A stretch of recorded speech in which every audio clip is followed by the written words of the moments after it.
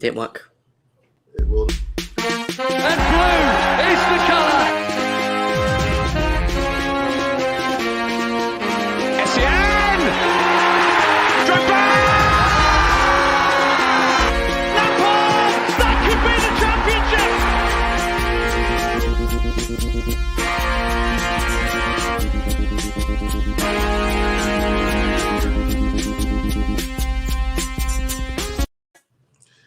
Greetings. Welcome back to Couch Critic with me, Dennis P.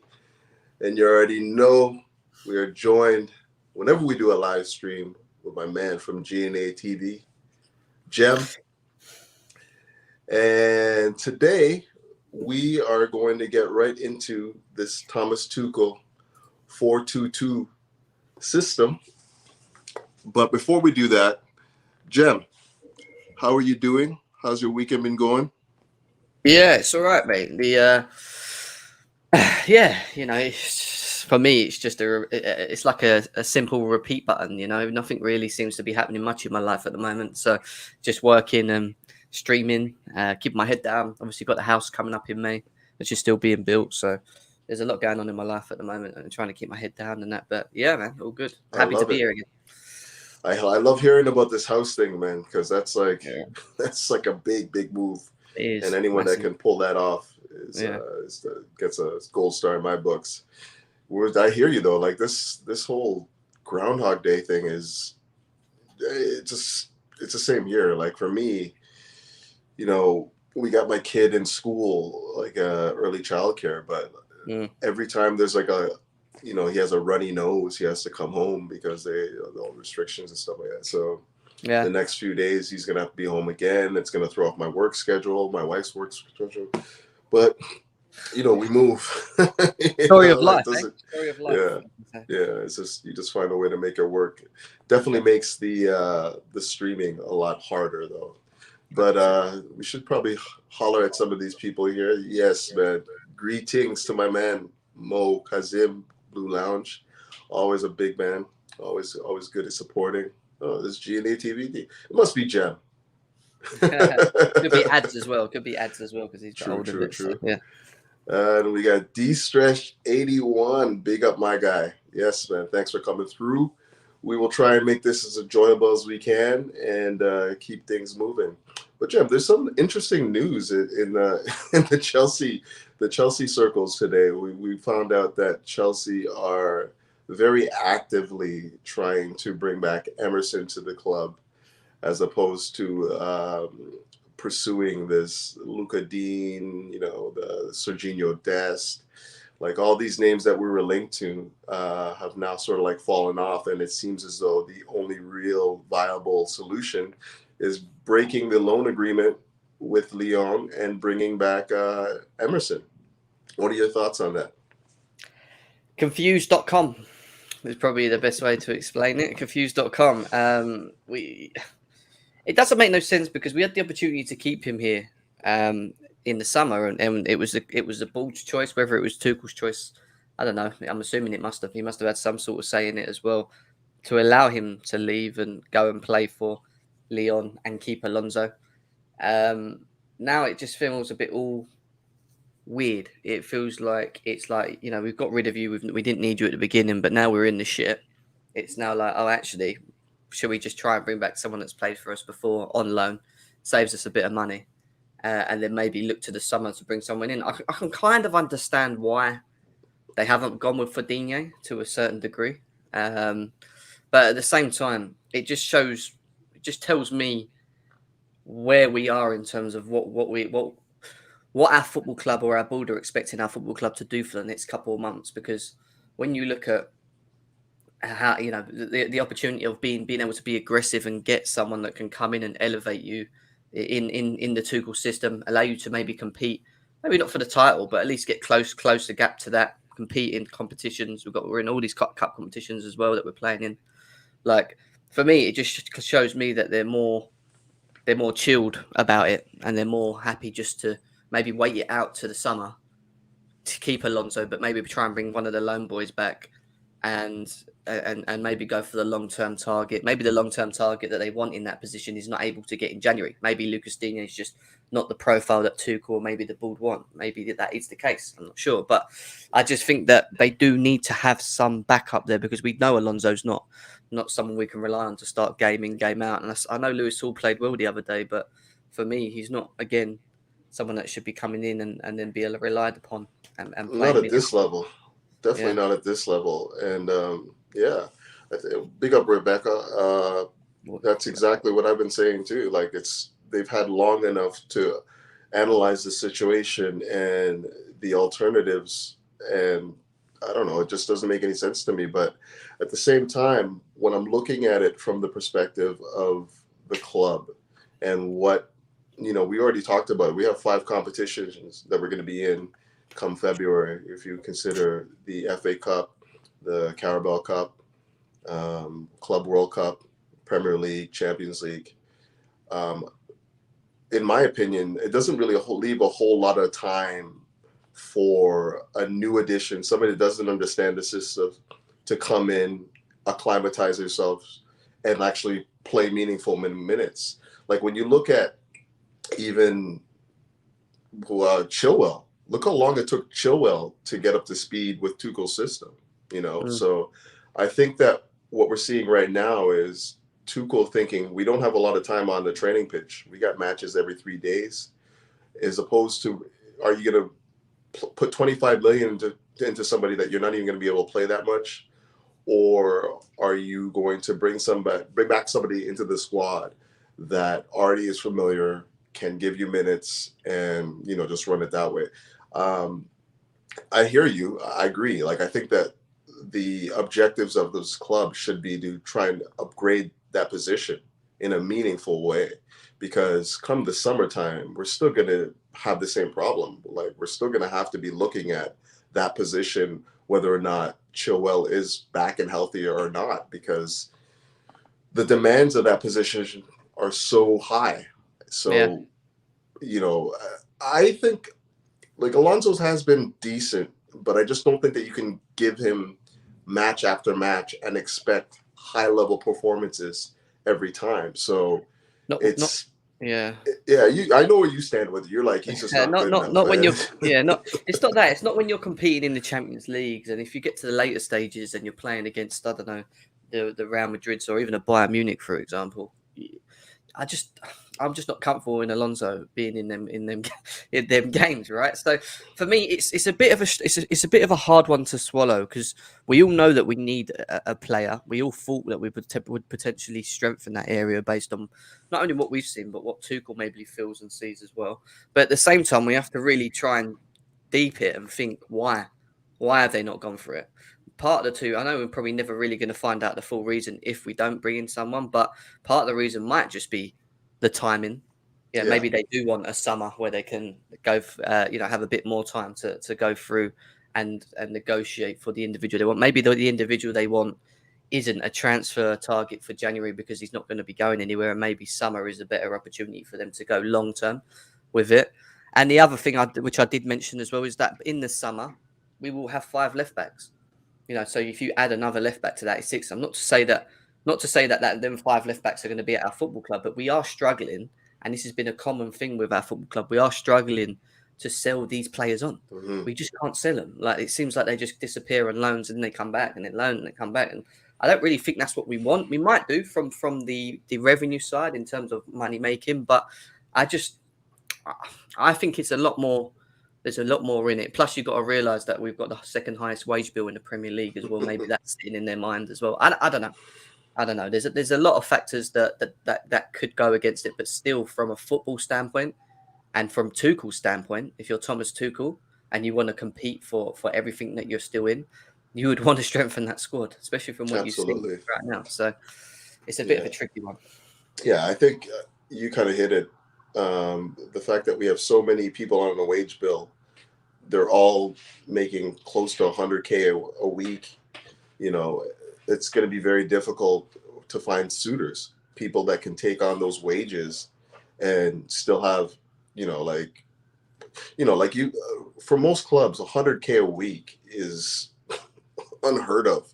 like unless you're at the very, very top level, like, the Man Cities, and whatnot.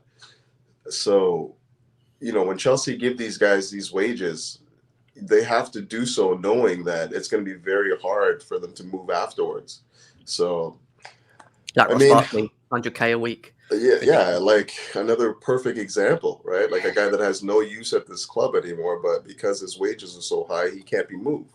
Yeah. So, and he don't want to be moved. Well, why would he? He knows he's not going to be getting that, doesn't he? Why would he? Same thing with Drinkwater. Why would he move? Makes no sense. No. At the tail end of his career. But again, I think this might be down to, if we are looking for somebody in the summer, like someone like Theo Hernandez, like name that's always been kicked about. I don't think that AC Milan have the appetite to move him before the summer, if they move him at all. Like they're in a title race right now. Like when is the last time they won the Scudetto? They're not moving like their preferred left back just because Chelsea need him. So it's going to be very difficult. It's not even that. The Chilwell thing. I know a lot of people saying, but if we go and buy Theo Hernandez that goes and someone with like the highest level of quality, they're going to expect to start. So what does that mean for Chilwell? And I think people forget that this injury that Chilwell's actually got, this ACL injury, he might not, even though he might be ready to come back into the team, you might not see the best of him this year. It might get to October, November, and he's still trying to find his fitness, his feet. It's a mental thing, this ACL injury for a lot of players. You only got to look at people like Ruben Loftus-Cheek and how they've been since they've had their injury, and Virgil van Dijk. I keep saying it. He's a top defender, but for me, he's at the moment, since he's come back from injury, he's still not the same. He had an ACL injury. Like, you just don't know. So is it worth risking and just throwing your eggs in one basket on one player, that hoping that you can come back in? No. With Chelsea Football Club, we should be competing. They should be competing for their positions, for me, not anyway, based on all the competitions we play in. And we should have the best in every position that we have possible, so that we can rotate like Man City do. For me, they have the quality in positions.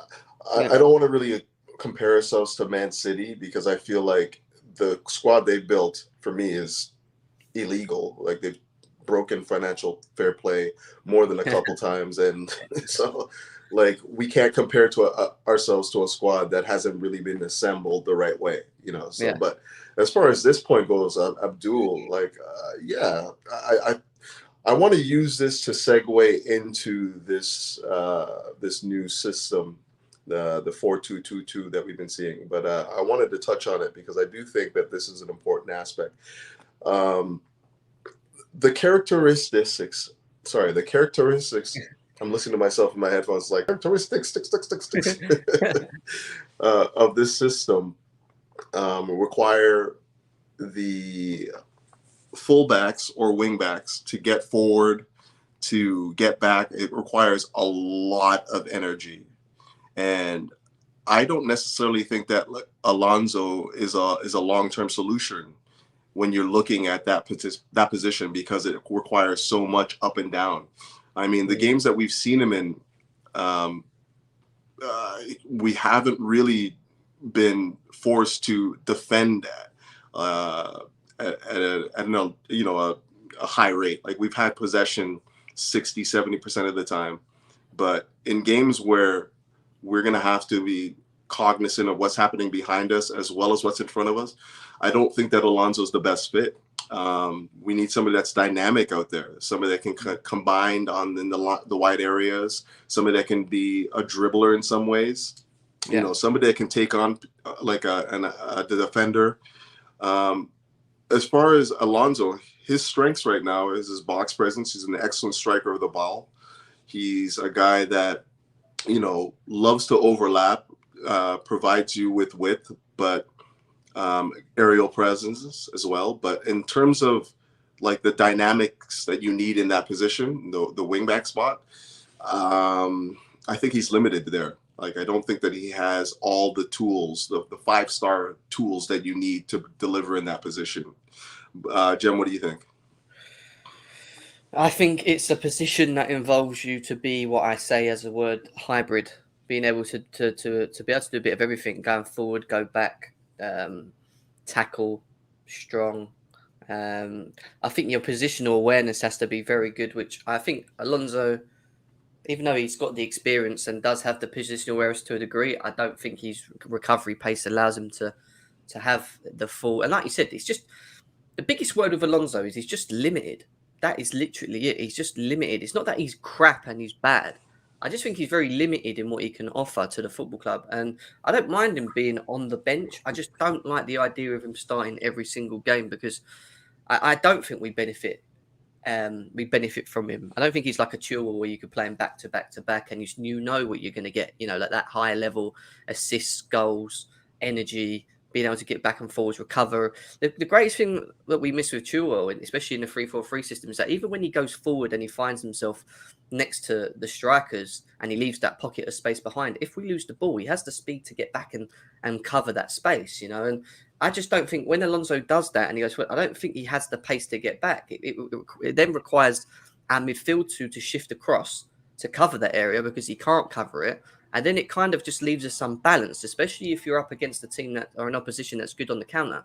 Because if they pick the right pass, there's always going to be space across the midfield, And that's my issue with it. It's like people might not think it's a big thing, but that one little bit of moment, him Alonso not being able to be there and someone coming across to cover that area affects this system.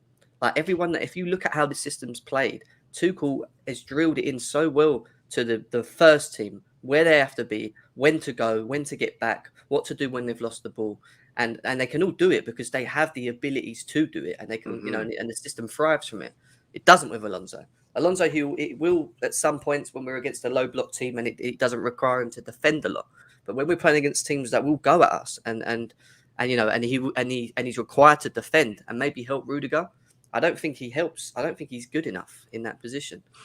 Yeah, and we should probably transition into this 4-2-2-2 because I think that also requires a different, sort of mentality in terms of what you want to do going forward. This is the shape that we played versus the Spurs, and it kind of looked like this. I don't know if you saw it any differently. I felt like when we're defending, Ziyech would come back and make it a 5, along with Alonso as a wingback. But for the most part, my impression of it was overload on the left, with Alonso basically pushed up the pitch, supporting Mount, Niguez, and Havertz. And that, I guess if you look at the midfield, it was kind of like a box in the midfield with Mount, Ziyech, Niguez, and Jorginho. And it gave Tottenham all sorts of problems because they only had 2 in there, right? It was like Skip and Højbjerg. And, the variation on that shape, having 4 versus 2 in the middle, and then also when you wanted to go out on the left, you have 4 versus 2 on the left. It gave them so many problems, and the speed in which we were moving the ball, 1-2 touch passes to get into to get it advanced up to the pitch was next level. And I think the reason why we saw Tottenham change their shape is because, as stubborn as Conte is, he realized that his 3-4-3 was no match for this 4-2-2-2 because he just didn't have the numerical advantage anywhere on the pitch.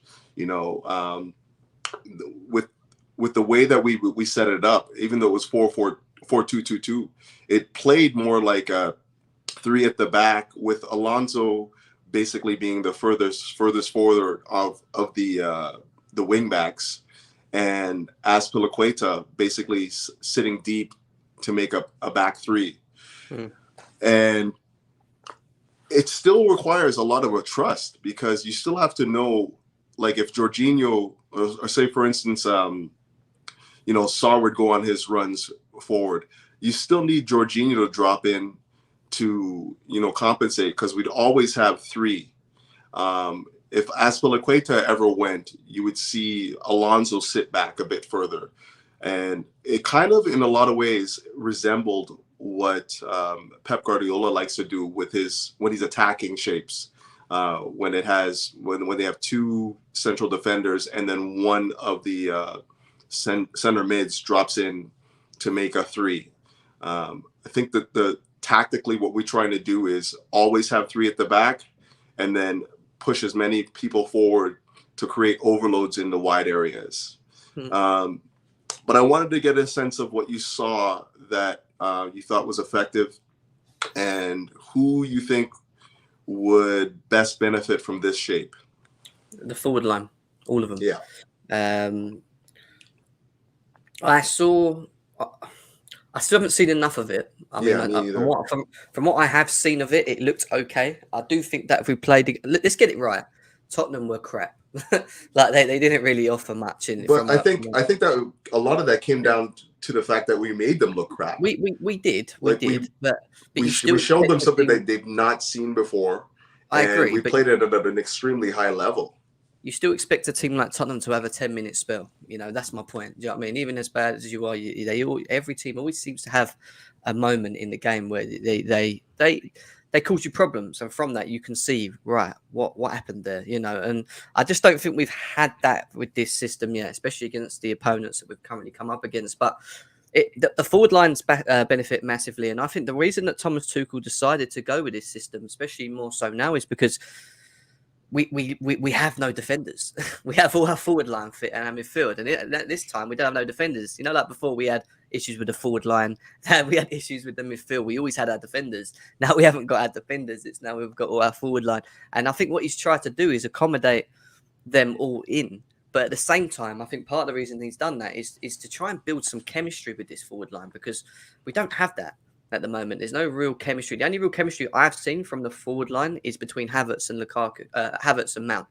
When I watch Havertz and Mount, I just feel like they're on the same wavelength together, especially in the Spurs game. They looked very good with the 1-2 slip passes and run off and movements. And, you know, I think he's just trying to see whether he could get away with accommodating more of his forwards on the pitch to cover the issue that we have with all the defenders out. Now, the interesting thing will be, he gets Thiago Silva back and he gets the defenders back. Does he continue using this system, or does he just go straight back to the 3-4-3, you know, where he knows he's solid and, you know, and he doesn't have to worry kind of defensively, because now we've got the midfield back as well. So I think from what I saw of this formation, what I liked about it was the fluidity between the midfield and the forward line and how close they were with their short passing and movement. And I think the movement, there was so many points in the game against Spurs where they actually looked like they didn't know who to go to. They just stood there. They were like, what do we do here? Because every time we go, they pass it 1-2, they're around us too easily. And then there's a space for them to run into. And then there's someone else next to him. And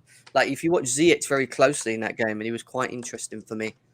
I don't think he was a wing back. Like, I don't think in this 4 system that he was playing a bit like Reece James would, having to go. No, definitely not. Definitely not. For me, he did get back when he was required to, and the left back of Spurs was head bobbing forward, but that wasn't all the time. You know, a lot of the time Ziyech's role in this team was to pick the ball up, link play closely with the Lukaku, Havertz, and Mounts, and if you watch his movement, even though he was on the wing, and I did like what I saw from him out there, he also sort of floated in. He had a bit of a freedom role. He sort of floated in midfield, and then he floated off to the left sometimes, picked up the ball. It was like he just gave him the freedom, and that's the biggest word. And when you've got that many forwards on the pitch with the freedom to be able to link up and do what they're going to do, they're eventually going to open up and cause problems for team. I do need to see it more from a defensive aspect. I think going forward, I liked what I saw. I just think defensively, I do think we can get hurt if the team we're playing against transitions and moves quickly forward, and if they can beat the midfield, then I think there'll be a lot of space on the wings for them. Absolutely. I mean, as the wings are right now, we don't have any width. Like this system plays pretty narrow, right? Like you have basically all the width is coming from, you know, Alonso and Ziyech, and then everything else is very narrow, tight squares to basically, you know, combine quickly, move the ball quickly. But the thing that I noticed specifically in the Spurs game was the switches that were available, because we had so many overloads on that left. Every time we switched it back to the right, Ziyech was just found in like acres of space.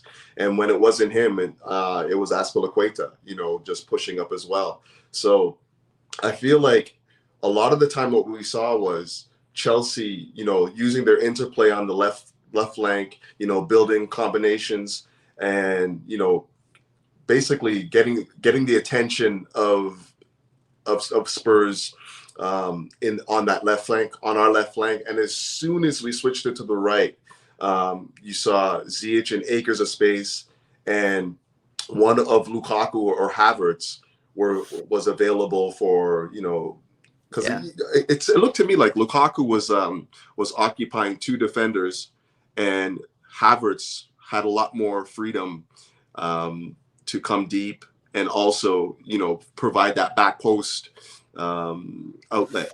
Yeah, facts, 100%. I know Bex commented there. I think she was in the chat. She asked about, does this formation work against the Man City? And I did respond in the chat, so now I'll explain it in a bit. The answer to that is no. I don't think it would. And part of the reason why, and try and keep it short and simple, is that offensively moving forward, we'd look good because they play a high line. And if we could get it right, which I think we would at some point throughout the game, we could hurt them going forward, especially with the high line and the pace and whatever else. The issue we have is when we haven't got the ball and when they're moving up the pitch, they like to do what we do, which is overload the wings. If you watch how Man City play, they always have their fullbacks and their front three sort of overloading the wings, and then they pile with the central midfielders. They pile in the box, and I think if you've got Ziyech 2 up the pitch or Alonso up the pitch, and you're left with maybe your Jorginho and a Kovacic with the 3 at the back on a break from Man City's, I think they would definitely attack the space that is available a lot easier, and that's why I don't think this system would work specifically. Because I wonder if you have Kovacic and Kante in there, if that might provide something else just in terms of like covering space, because like I think the problem is once we get into transitional situations, we don't have anyone to get out to the flank to slow them down. And I'm wondering if like Kovacic and Kante could be the types that could get into those wide areas and just sort of like slow it down as we transition. This game in particular did not require Niguez and Jorginho to extend out wide that much. I mean, as much as Malang Sarr is a little green and whatnot, I thought that he had a really good match in that one, in terms of like just like not only being good in possession, but also reading the game and accounting for when Alonso went forward, and providing an outlet as well. I don't know if we tried to do this against City, obviously the personnel would change, but also would the likes of Kante and his energy provide something different in this setup? I think it would. I just don't know if it would be enough to like snuff out what they do well, which is again being in the wide areas and providing overloads. It's not so much Kante. Look, Kante is a benefit in any system that we play. In my theory, I just think that our levels as a team are a lot better when he's on the pitch. But my issue wouldn't be that, like, you could play Kante and Kovacic against Man City and try and play this system. The issue I would have is that if we didn't win the ball higher up the pitch when we lost it, especially with the 4 attackers that we've got on the pitch, and they beat them, then I just feel like there's too much space. And what will happen is if they play the ball into Kevin De Bruyne that's hanging next to Jorginho, say that's Kante, for example, that drags Kante to go wide. But then what Man City do so well is they move forward so well, but the midfield also moves forward, which leaves a massive gaping hole in the middle. And even if Kovacic is there, he's not going to be able to deal with Bernardo Silva, Rodri, Mahrez coming in from the side. Like, it becomes a bit too much of an overload. And my problem is that as good as it is, we'd have to win the ball higher up the pitch. If we didn't, and they had the ball and they broke past the 4 up front and they didn't get back in time, then I think they would stretch us, meaning that they would drag Kante wide, and then they would open up the space in the middle to be able to play balls and link play and stuff, which worries me, Yeah, I think my worry is more about whether or not we're going to have enough possession to make it worthwhile to play this shape, because I feel like the benefits of this particular setup is like possession, moving the ball quickly, and being opposing in the final third. this is not a defensive setup. This is not a setup that you want to see when you're thinking that a team's going to have a lot of possession and, be able to like really hurt you in the final third. So for Man City, I don't think that this is a setup, but I do think that this is an option for Tuchel when we're looking at teams that like to play low blocks and, try and be, obviously defensive. And the reason why I say that is because we have so many options going forward. I thought Mason Mount provided us with good link-up play, coming deeper. I thought Ziyech was very good in that respect. I think Pulisic can play there and be effective, although he did play there against Chesterfield and just looked disinterested. This did not really look like he wanted to be on the pitch for that game. But I mean, overall, I really do think that this is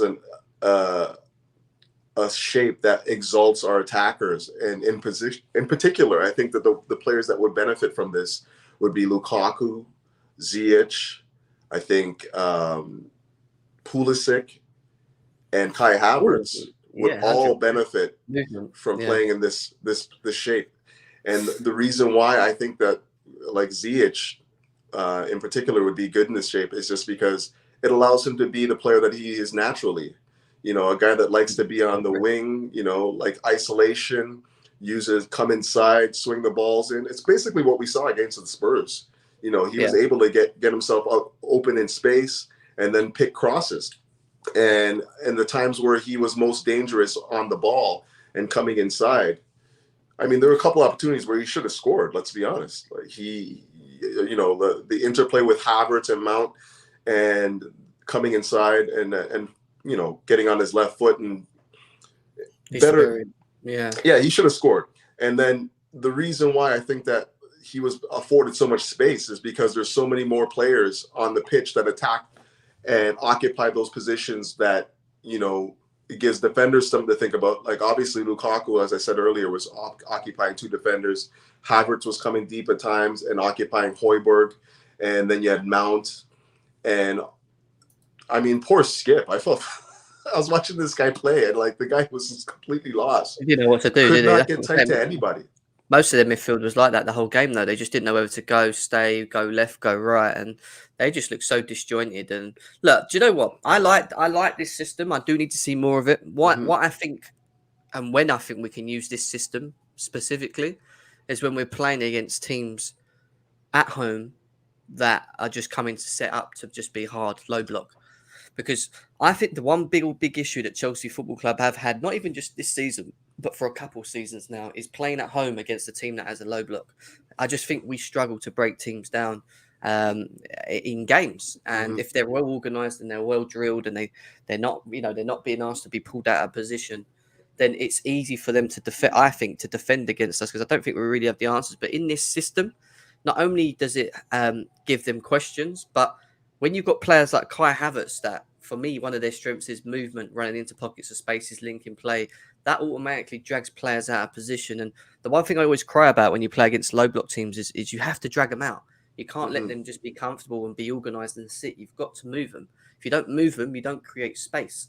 And that's the biggest thing. And I think this system allows Havertz and Lukaku to kind of create the space and link play with the Mounts and the Ziyech's, but also allows sometimes the Kovacic or a Kante to join that, but at the same time give us width if Alonso gets forward. So I think it's definitely an answer that Tuchel should use in certain games, not all games. Is this our plan B then? Is this?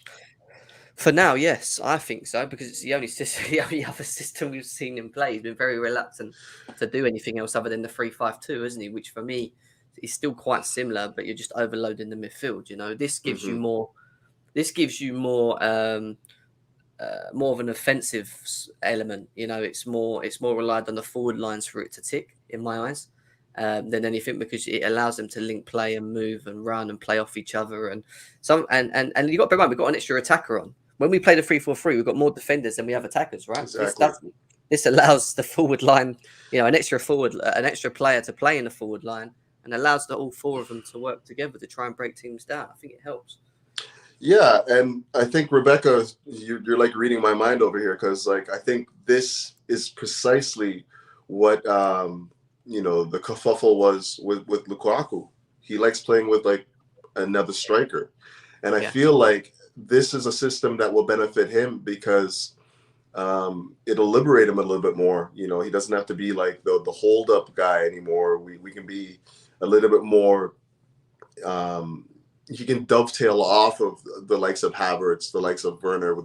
We've seen the last couple of games, to be honest. Like, as much as he wasn't as effective against Chesterfield, I still think that he got into great areas and probably should have scored more than one. That's for sure. Like, he had a couple opportunities where he really should have scored, and you could probably say the same thing for the Spurs game, where the header and not only the combinations that got him central and fires off a shot, not with a whole lot of venom, but not because the interplay wasn't very good. Like, he was found into space because defenders were being pulled out of position the whole time.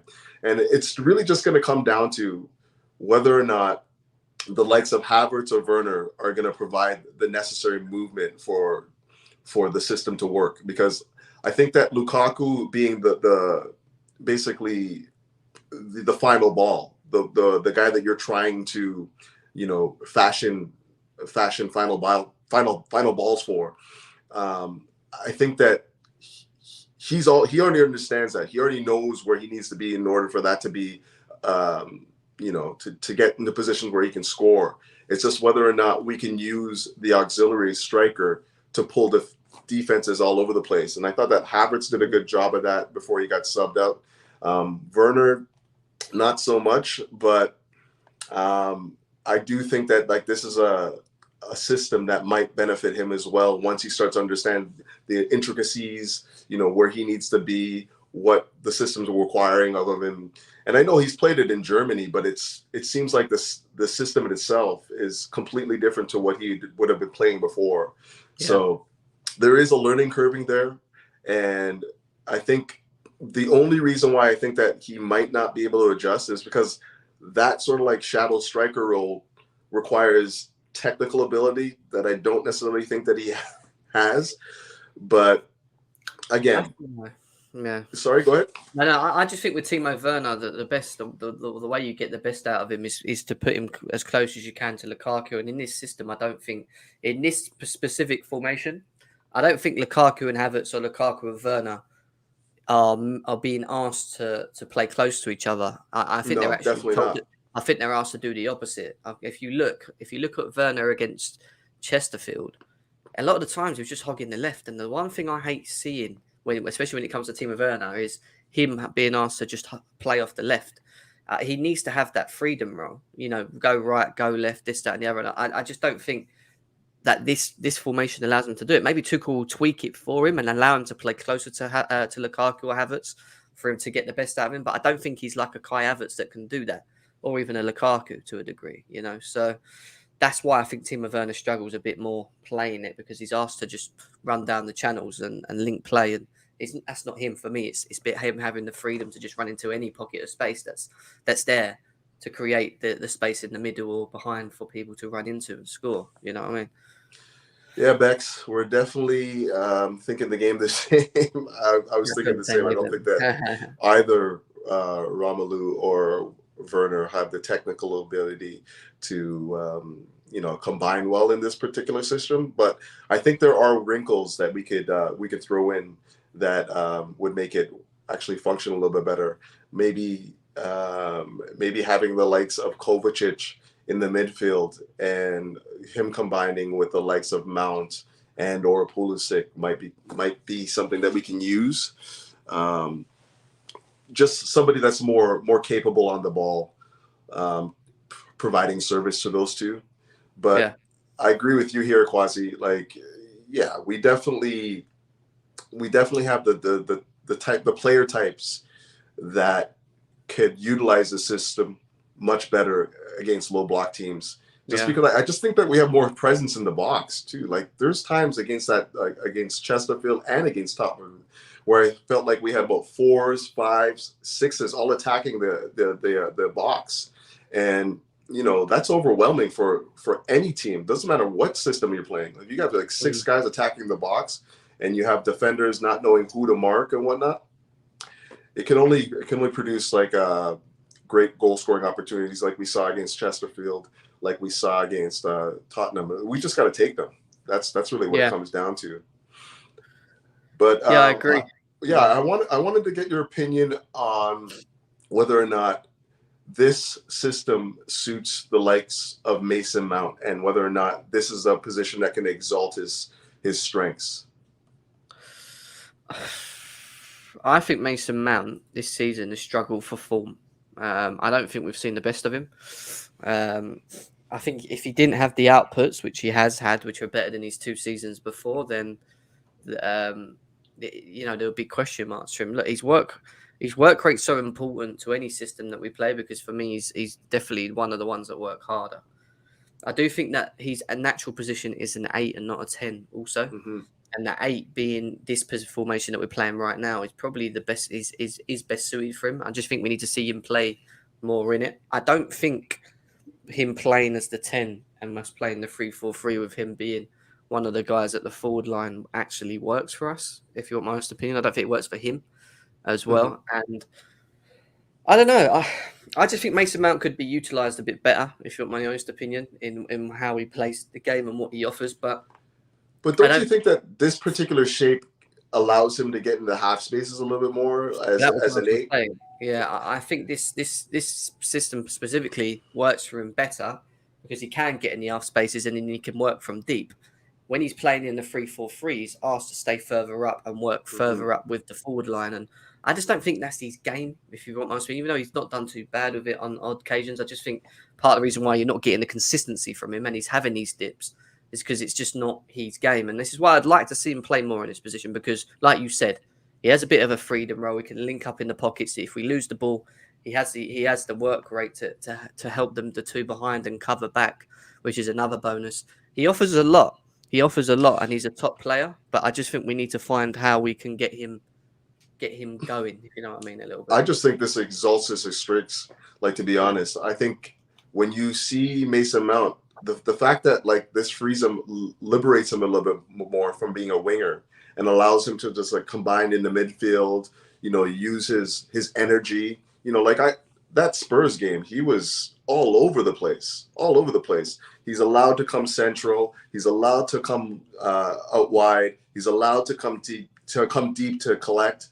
Like all of these things are, things that make Mason Mount the more effective version of himself when he's allowed to just like be more free, and like roam and get into the, find the pockets of space, and then advance the ball forward. There's times where, we broke on Spurs and I saw him just like galloping into space. And I felt like he utilized the space better than anybody else on the pitch.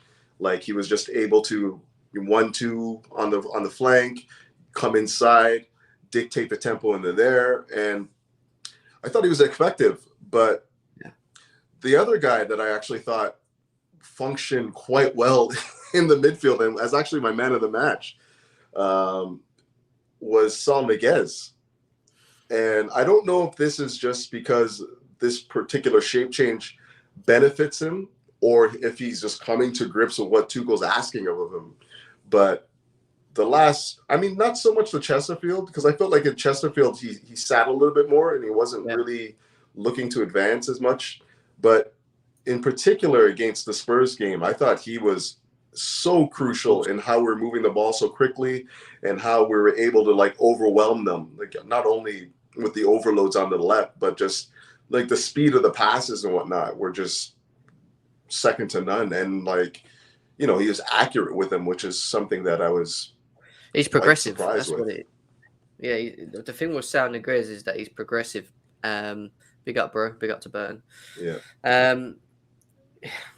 Do you know what it is with Sony Gres? I think he's had the same sort of issue that Kovacic had when he first came to Chelsea, where they didn't start well at the beginning, and all of a sudden they just sort of grew into it. And I do think it was made more of an understanding and adaptation, being able to adapt to this new league, the tempo of the league.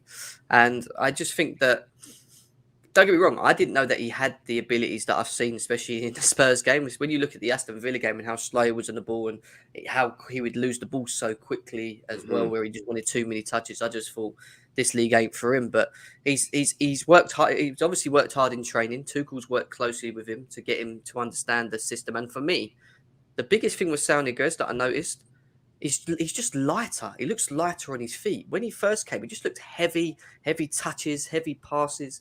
Now he's lighter on his feet. He's mobile. He's getting around the pitch. He's got energy on him. He gets around as well. He don't just sit around. He gets stuck in. I like that. He gets stuck in as well. And when he does get the ball, he's progressive. He looks forward. He doesn't always go sideways, backwards. He always wants to try and play a ball over the top, or do something fancy and then try and support. And I like that because it shows that he's a bit like, not a Kovacic level or Kante level, but he's kind of offers that movement and that hard work that you need from a midfielder, especially in this Tuchel system. I just think he's given us that option, because when you look at Ruben, and when we were sitting there going, Sal will never get in front of Ruben. Ruben's the man. He's got the position. I just feel like it's completely swung back round again. And now I feel like Sony Gres is showing us why we brought him in it. Like, this is why we brought him in. This is why, I think they have different characteristics. And I think this 4-2-2-2 benefits Sony Gres because it requires 1-2 touch passes. Whereas if we played let's say the 3-5-2 with the 2 8s, I think you need guys that can hold the ball and dribble. And I feel Ruben's much better with him than Sony Gres in that particular aspect of the game. But this particular system, it just requires quick movement. You got to move the ball quickly. And I don't think that Ruben he hasn't really adjusted to that well. Nah. He dwells on the ball a little bit too long, and when you want to see him advance, he's always second guessing.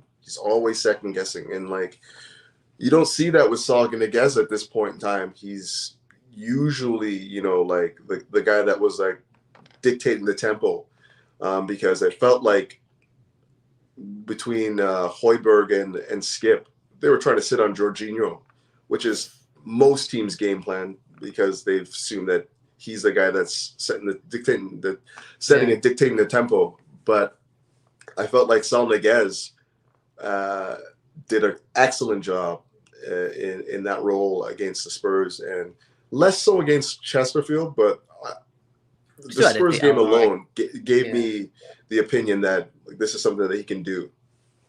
He had a good game against Brentford as well. I agree with Burton Ballers though as well. I do think we need to see him against different teams, maybe a high pressing team. But you know what? Yeah. If he can do what he has been doing, which is pick the ball up and move it that just a quicker rather than sit on it, I think he'll be fine. And from what I've seen so far, I think he's capable of doing it. Now it's just about him being consistent with it. If he can be consistent with this level, then I think he'll be fine personally. Yeah, and just to touch on what Max was saying, I do think that they couldn't get near us because of the shape. I think that 4-2-2-2 just created so many overloads on so many different areas of the pitch. Even if they wanted to press him, they couldn't, because we just had so many options in and around where he was. There was Jorginho to the right of him. There was Alonso. There was Mount. There was Havertz. And, every time he got on the ball, he had an option to move it quickly, and he took it. In that the 3-4-3, I think that there's just less options available, and you kind of have to be able to hold the ball, dribble the ball in order to break anyone's press. And that's why I think that Ruben is better suited in that particular role. But yeah, in this new system, I think that, Sony Gres, I don't want to, dwell on the game that he had too heavily, but I think that he could definitely, exalt his skills in that particular setup. I agree. Definitely agree with you. So going forward now, if you had to pick a preferred lineup, like who would you like to see in the roles that we had available in this formation? Yeah. In this. In terms of lineup, Silva's back. That's a big thing for us. I think Sarr's been good, but Silva at the end of the day, isn't he? So Silva in a back four. I think he can. I mean, look, he done it under Lampard at the beginning. I know we leaked a couple of goals here and there, but there was a point where we went through a period under Lampard where we didn't lose over for 11 games. In the back four. So I think if we do ever play a back four, then I'd play Silva and Rudiger as my two as the centre back. I think that works really well in terms of experience, and he has the speed and he has the awareness and technical ability. Both do really. From the right, I think you can either play Chalobah there or Aspie. I think they could both do a job there. More so with Chalobah, I think just because he has the pace to recover and get forward and get backwards if need be. Then you have to look at Alonso, didn't you? Because we haven't got no options at the moment. Alonso can play there.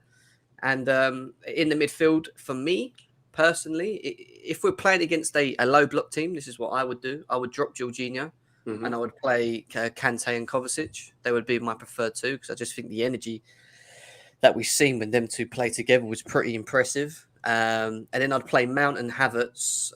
Mount and probably Ziyech. But either if it's not Ziyech, then I'd like to see Pulisic play in that position that Ziyech's in as well, where he's able to just dribble in behind the two. I think that could really benefit because I think the one thing with Pulisic, and I think he's been a little bit scapegoated because he's been asked to play in positions that isn't his position still at the moment now.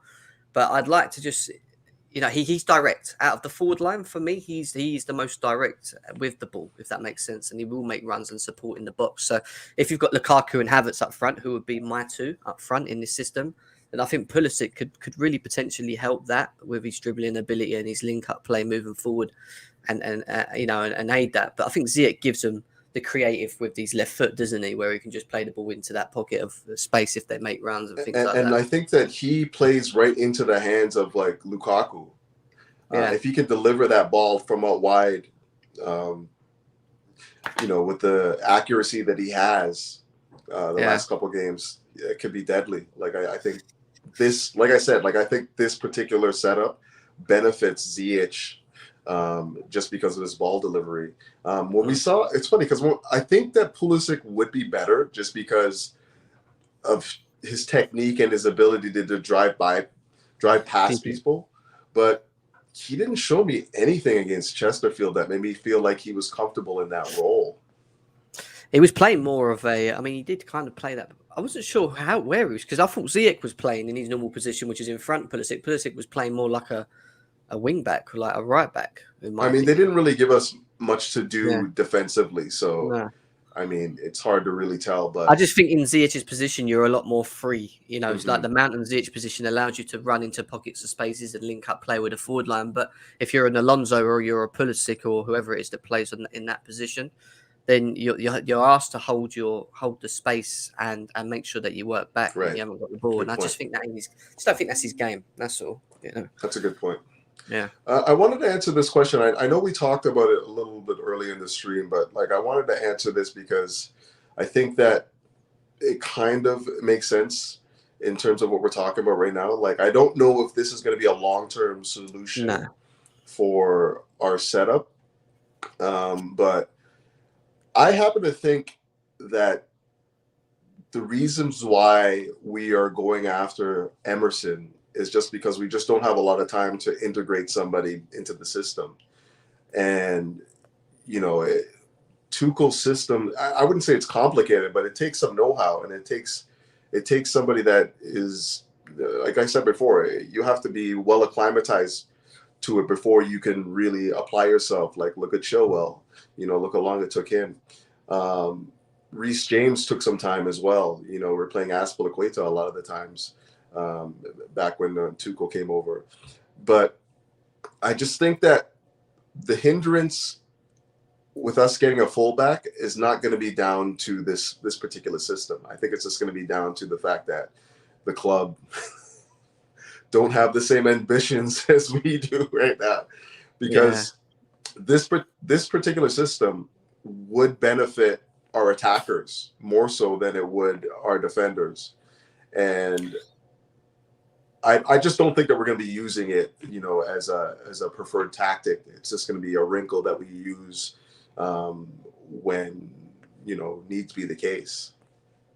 What don't help is when you can't win the Champions League, right? If you look at the Bulls perspective, if you look at the Bulls perspective, they will look at Tuchel and realise that he's managed to elevate players in certain positions that they probably haven't seen yet in Jorginho and Rudiger and some other individuals, and they're probably thinking to themselves, they've got themselves a manager that can just do with what he has and still get good performances. And who are we to argue that? When you think about the games where we've sat there and we've looked at a lineup and we're like, what, who, where, who's playing where, what's going on? And then they just all of a sudden play so well and we win comfortably. And we're just like to have the ability to be able to tactically get your players to be aware and be able to put a performance in like that, whatever is required from them in terms of position, is amazing. And if you're the ball, then you can see that, and you need to kind of back him. But at the same time, do you want to rush and go in there? Which I don't think Marina's that type of woman.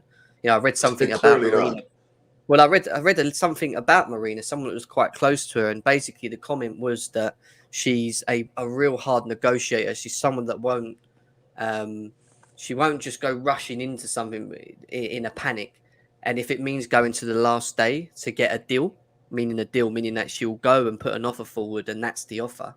If it gets to the last day and then it gets accepted on the last day, then that's how she will do things. She won't be the type of woman to go back and forwards and sort of bend, sort of many ways, just fall to her knees in regards to what clubs wants and in terms of their demises and stuff like that. So I think she's the very worry there. The only thing the worry there is when we are the ones that are basically the most in need. Like, you have to have some flexibility. And we are in dire need right now. I know you echo my sentiments. We need to upgrade the wingback position, and everyone knows it. And if she still takes this stubborn approach to building a team in the dying stages of this window, it could be to the detriment of the squad, because it is a position that we need right now. What if it's Thomas Tuchel saying, like he said in the I don't know if it was the conference or interview, I'm more worried about the right than I am the left? What if they've had that conversation with him and Tuchel's actually said, don't worry about the left, we need to sort out the right? What if they, I'm not saying they will, but like if Thomas Tuchel's not worried about the left side as much as we're worried about it, then I'm pretty sure the board are not going to go running around looking for someone in January for him if he's not feeling it's the third team. When you listen to Thomas Tuchel and our sort of targets, he said we have got targets and we are trying to negotiate and do bits and bobs. But he was talking more about the right hand side. Which it makes sense to me. It actually makes sense to me, because for me, the left side, most teams, their strongest attacking side would be their left, our right. That's where their, wide number 10s are. Their most, the inside forwards are usually at. And even on our left, if we play the back three, Rudiger is very good at just marauding up and down the pitch on that left, and we very rarely get exposed on our left, regardless of whether or not you have Chilwell or Alonso there.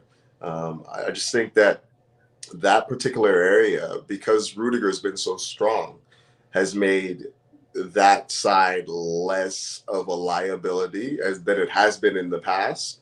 And the right side, because we require so much more attacking intent from that particular position, attacking intent that we just can't get from Azpilicueta. And, when we play the likes of Callum Hudson-Odoi or Pulisic there, neither of those guys want to play there. That's not where they want to play. So I can see why like Tuchel saying, yeah, we need to find somebody to play on the right now to deputize for Reece They James went when for he's the right, back didn't and they? whatnot. They went for Hakimi. When you think about Yeah, what they'd exactly. done originally, that must tell you something, that the fact that we're looking at the right so much. And Traore, they talked about as well. Exactly. But I still do think we need to sort the left out, and I don't believe that Alonso's the answer, whether Tuchel thinks it is or not. But I just think it's for me more of an issue than it is the right. And I know we're sort of forcing players to play there, but I just think we suffer so much down the left. And we saw Callum Hudson-Odoi play there against Chesterfield. Like, is he doing that to see whether he's got an option against not teams that are going to press aside, but teams that are going to be low blocks? And we don't need an Alonso. Maybe we can get away with having a Hudson-Odoi. Like, maybe he's just trying to work out himself if he can utilise the team for the next couple of months just to get into summer, and then maybe have a little clear out and then go and buy players. Maybe that's what the board have said to him. Look, we'll back you. So no point of backing you in January when we, the targets that potentially you may want or we may want are not able to happen. So why don't you just work with what you've got if you can, and we'll talk again in the summer. There's no pressure on you to win a league. I'm assuming that would have been the argument, the message to him. I don't think we are. I don't think there is a pressure for us to go and win the league. I think we should be competing, but winning it, maybe just not yet. When you think about Tuchel only being here just for over a year, so. We'll have to see, won't we? I don't see us buying anyone else other than maybe a right wing back or a left wing back. And if we don't do that, then I think we're just going to have to take it on the chin and move forward, as much as it may piss everyone off. And it will piss a lot of people off. And they'll be saying, get rid of Marina. She doesn't know what she's doing. Blah, blah, blah, blah, blah. You know what it's like. So.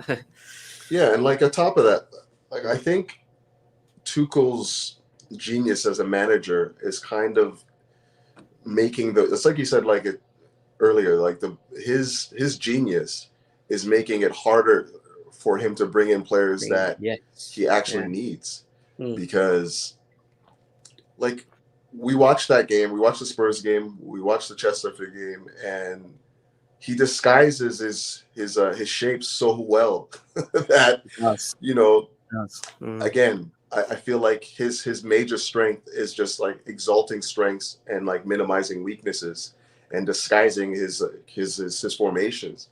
I wanted to touch on one of these comments here. What was it? I think it was VJ that said, if there's one thing Conte will change for this match, what do you guys think it will be? I think he's going to play with three in the middle, because when he played with the two and we played the box, I guess it's a box two. They call it sometimes a 4-2-2-2. We just had the numerical advantage, and they couldn't live with it. They just could not live with it. So what they did in the second half is what I think they will do if we play that particular shape again. Just play with three in the middle, and then look to just minimize the space that we were able to find, because we had the numerical advantage in the middle of the pitch, and then also the overloads on the left. So he's not stupid. I just think that the problems that you run into with a manager like Conte, he's just so stubborn and rigid. These ways, yeah. And when you have to change it, like I don't know if he has the best communication. Like if you're making an in-game substitution or in-game like a tactical switch, I don't know if he has the communication to like relay that to his team. As well as he would in Italy, as far as I'm talking. If I was Conte, if I was Conte and I was to go into the second leg and try and beat this Chelsea team based on what I saw in the first leg, I'd go 4-5-1.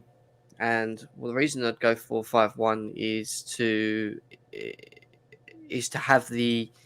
win the midfield, to stop the Mounts and the Havertzes from getting into the pockets of spaces where they can be effective.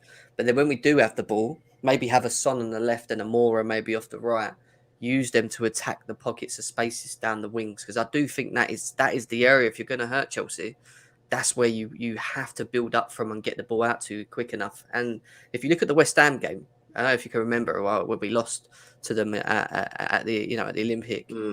When you look at how they played, especially in the second half, they pretty much defended solidly. And when we lost the ball, even though we were pressing to try and get the ball back, they just moved the ball very quickly out to the wings where Bowen was running, or Antonio sometimes dragged himself out to, which you noticed against Christensen to the left. And I think that's where you hurt this Chelsea team, the build up through the wings. And, look, Son's injured. I don't know. I know they play today. I don't know if he's gone for months, I think. Is he really? Well, yeah, that's he'll a be big gone loss for a while. But I think the reason why I don't think that Conte is going to change his philosophy too much. He's going to go 3 at the back. The only variation, I think, is he's going to play with 3 in the middle. So like a 3-5-2 with maybe Mora playing off of Kane, and then hope the likes of like Ndembele, Skip and Højbjerg will be able to cope with, I'm assuming that Tuchel's found something in this 4-2-2-2, and he's probably going to want to use it again. So, I think that the hope is that like Ndembele, Højbjerg, and Skip can basically control the midfield and not allow for the pockets of space that we're able to just get it and really control the match. We have 2 big matches next, don't we? Spurs and Man City. Right. I can't get any harder than that, and they're both away as well. Both away games. And will Tuchel play a strong team against Spurs, even with a 2-0 lead? I think he will. I think he will go there to want to win. Of course. If we could get away with a Saúl Ñíguez in the midfield, and maybe, I don't know if you could get away with playing one of the youth boys in that game. I doubt it personally, but maybe. I don't know. I really don't know. I just think he really has to think, because we do play 12:30 on Saturday against Man City. That's an early kickoff as well. And you also have to take into consideration, we're up 2-0. We can manage the game. This is not. Would you make lots of changes though? Would you make loads of changes? Lots of changes from the previous game against them? Yeah. Well, how did we set? Yeah, maybe. Yeah. Because if you think of the setup, it was like Havertz, Lukaku, Mount, Ziyech, Ñíguez, Jorginho. I would probably. You could see Pulisic play in that game. Yeah. You could see. Well, maybe not Callum because he's injured. Werner. I think he can give you minutes. Yeah. But I can also see him play against City as well. So, yeah, I think there's room for rotation. I think there's room for rotation.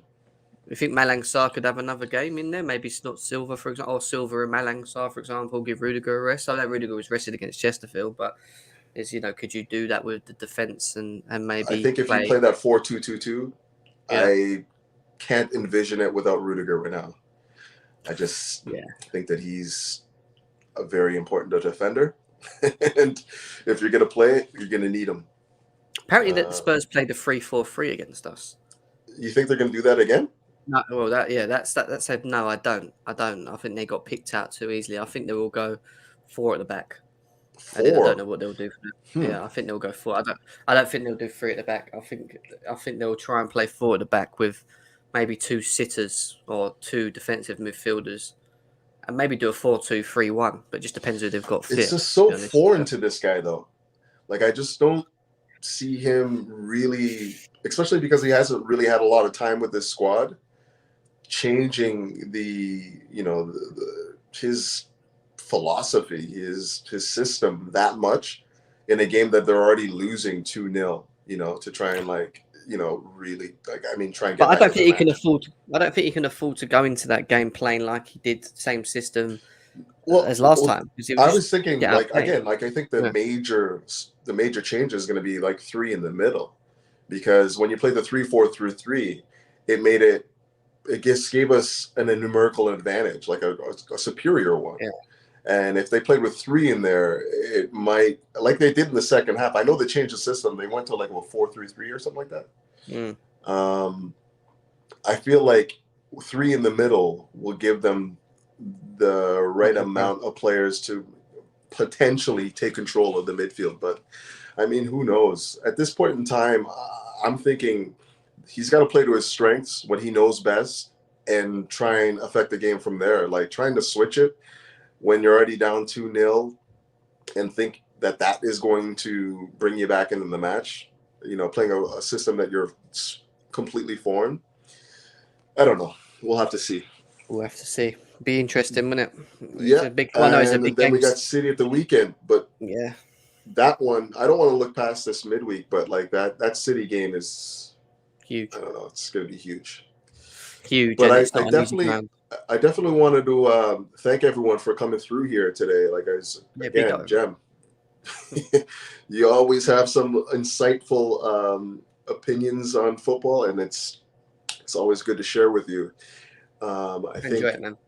this Enjoy it. particular topic, like the shift to the 4-2-2-2, is something that I think is going to happen going forward. We're going to be using it a lot more, just because I think it gives more of our better players on the pitch at this point in time. It's just whether or not it's going to be used in matches against the likes of City, in the Champions League and whatnot. But I feel like some of these other matches, this is potentially a way that we can get forward and, get some more attacking intent on the pitch. But you have anything, final thoughts you want to share before we wrap it up? Yeah, no, thank you again for having me on. It was a great show. I mean, I like doing tactical analysis, talking about breakdowns of. I mean, yeah, we can try and get Classic on one time. He's definitely has some wild thoughts, shall we say? But smash the like button, guys. Let's get the likes up to over 20. We can easily do that. We're at 18 already, so respect. That's good. We can get over 20 easily. So make sure you subscribe as well if you're new, and leave a comment below. Leave a comment if you've got any questions in that, so you can answer it. Yeah, and thank you for everyone for coming through, like Quasi, obviously Max, VJ, Becca, whole host of you guys. Hassan, I don't think I've seen you before. You're kind of new. That's good to see. Let me see. Matt, we had Tobogo a little earlier. Who else? VJ, I think I mentioned that. Abdul, there's loads. Hiking with Martin. He's on GNA TV. Yeah, cool. Nice. And we had also Boogeyman as well. And a lot of course, people. A lot of good people here, man. Like, thanks again, DJ Sav. Always coming through. We'd love to have you on at some point, man. You always have some good insights as well as Max. So, just keep coming through, guys, and you guys know what to do, man. Keep the blue flag flying high. Yeah. Up the Chels. Chels. Peace.